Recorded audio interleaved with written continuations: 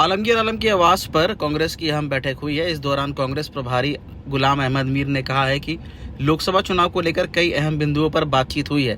प्रत्याशियों के नामांकन को लेकर भी चर्चा की गई। उन्होंने कहा कि जाहिर है कि टिकट बंटवारे को लेकर कुछ नाराजगी जरूर सामने आई है, लेकिन ये आलाकमान का फैसला है। टिकट देना और टिकट बदलना, चुनावों में कई सारे समीकरण और परिस्थितियां होती हैं, इसी के आधार पर फैसला लिया जाता है। जबकि राजेश ठाकुर ने कहा कि चुनाव का वक्त है, लिहाजा बैठक होना लाजमी है। वहीं उन्होंने दीपिका पांडे के टिकट कटने के मुद्दे पर कहा कि मीडिया में भी लगातार खबरें चल रही थी और पार्टी के अंदर भी कार्यकर्ताओं में कई तरह की नाराजगी थी, लिहाजा आलाकमान के पास ये इनपुट्स थे। आलाकमान इन्हीं इनपुट्स के आधार पर टिकट देने और बदलने का काम करती है।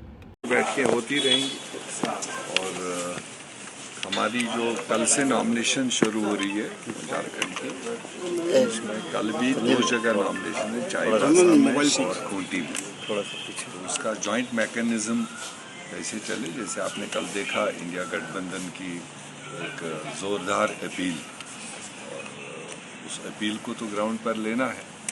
इसकी कल शुरुआत है, तो हमारी कोशिश है कि पहले दिन से एटमॉस्फेयर बने, सबको साथ लेकर चलें और सीटें जीतें। सत्यानंद भोक्ता और मिथिलेश ठाकुर जी भी यहाँ आए थे और इस बैठक में कहीं ना कहीं आपसे पार्टनर्स है ना, तो आना ही है। अच्छा, हम जाते हैं कि चर्चा जी ये 17 सीट को लेकर भी कुछ फिर से सोच रहे हैं कि ऐसा कोई संभावना है? किसी सीट पर कोई चर्चा नहीं। दीपिका पांडे जी से बात हुई है क्या सर आपकी? दीपिका पांडे से तो पार्टी का प्रोरोगेटिव आता है, फीडबैक आता है तो रिव्यू भी होता है, बट अभी एज ऑन टुडे किसी सीट पर भी हमारा कोई रिवीजन नहीं। दीपिका चुनाव प्रचार में लगना है। कल नॉमिनेशन है हमारे उम्मीदवार कालीचरण मुंडा जी का, हमारे उम्मीदवार जोवा मांझी जी का, तो कैसे कोऑर्डिनेट करके हम लोग सभी लोग उसमें शामिल हो पाए, उस संदर्भ में चर्चा हो रही है। जो ममता भुइयां जी का नॉमिनेशन है उसमें कैसे हम शामिल हो पाएं और कैसे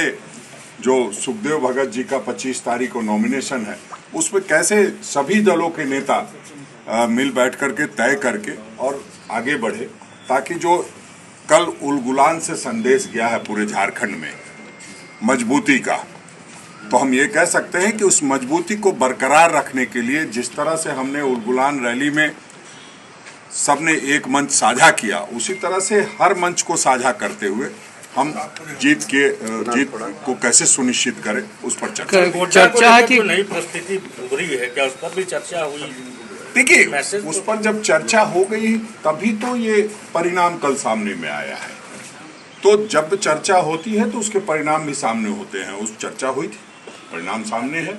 अब आपने या किसी चैनल में मैंने देखा है कि जो दीपिका पांडे जी ने जो बातें कही है कि जो हुआ अच्छा हुआ, जो होगा और भी अच्छा हो, तो उसमें आप किसी